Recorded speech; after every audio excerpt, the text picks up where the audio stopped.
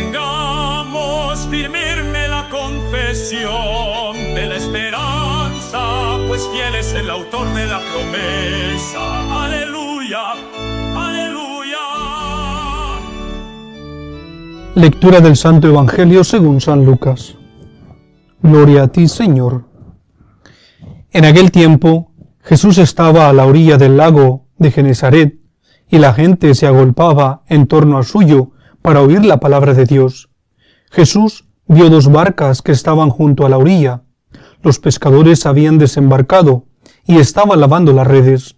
Subió Jesús a una de las barcas, la de Simón, le pidió que la alejara un poco de la tierra, y sentado en la barca enseñaba a la multitud.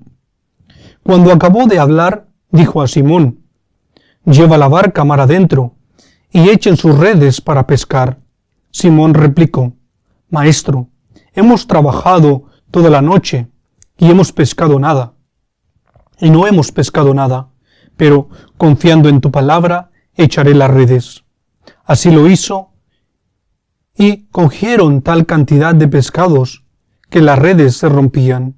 Entonces hicieron señas a sus compañeros que estaban en la otra barca, para que vinieran a ayudarlos. Vinieron ellos y llenaron tanto las 2 barcas que casi se hundían. Al ver esto, Simón Pedro se arrojó a los pies de Jesús y le dijo: «Apártate de mí, Señor, porque soy un pecador». Porque tanto él como sus compañeros estaban llenos de asombro al ver la pesca que habían conseguido. Lo mismo les pasaba a Santiago y a Juan, hijos de Zebedeo, que eran compañeros de Simón. Entonces Jesús le dijo a Simón: «No temas, desde ahora serás pescador de hombres». Luego llevaron las barcas a tierra, y dejándolo todo, lo siguieron.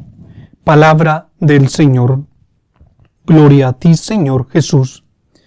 En este Evangelio que hemos escuchado, es interesante que después de que Jesús cumple con esta pesca milagrosa, estos, Pedro, Juan, Santiago, aquí no lo menciona, pero también quizás estaba presente ahí Andrés, enseguida siguieron a Jesús. También hay una frase importante que creo que todos hemos experimentado en algún momento de nuestra vida, y hemos quizás dicho así de la misma forma como lo hizo San Pedro: «Apártate de mí, Señor, porque soy un pecador».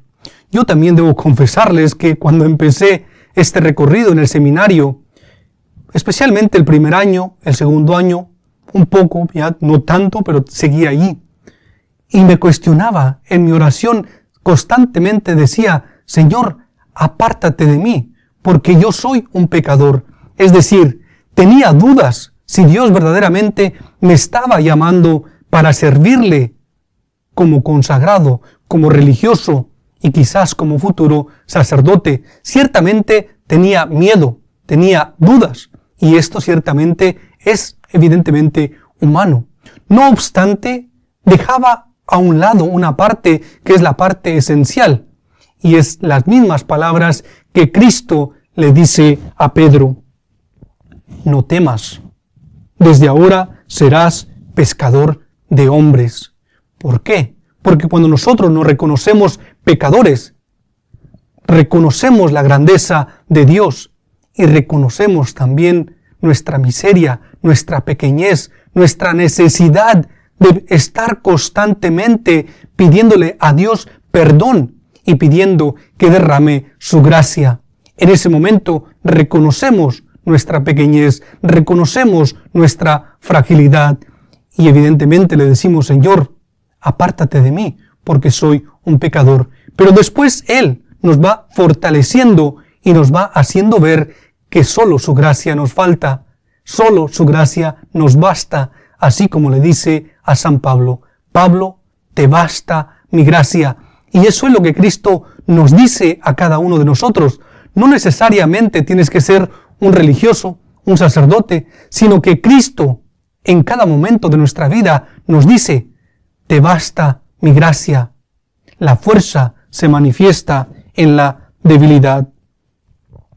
Otra cosa importante de este Evangelio que me gustaría resaltar es la importancia que Jesús se presenta como el Maestro.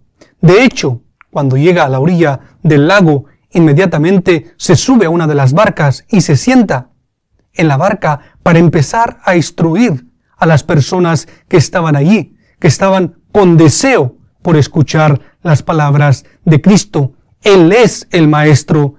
Él es el Maestro del cual todos nosotros podemos aprender. Y luego también ciertamente nos podemos hacer una pregunta. ¿Qué cualidades tiene que tener un buen maestro? Ciertamente, una de las primeras cualidades que tiene que tener es que tiene que saber que el hecho de ser profesor, maestro, es una vocación. Y esta persona ciertamente tiene que sentir esa pasión, ese deseo por enseñar. Su labor no es solo un oficio, sino que su labor es una vocación, una misión.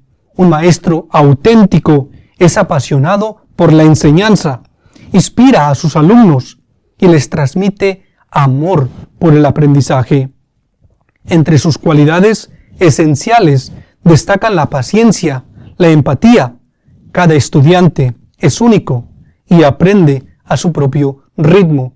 Así también como los padres tienen que ser también pacientes para con sus hijos, porque cada uno aprende a su propio ritmo. Un buen maestro sabe escuchar y ponerse en el lugar del alumno.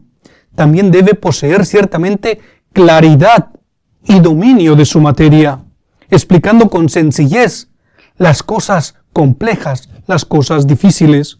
Además, la creatividad, la innovación son claves. Busca formas dinámicas y significativas de enseñar.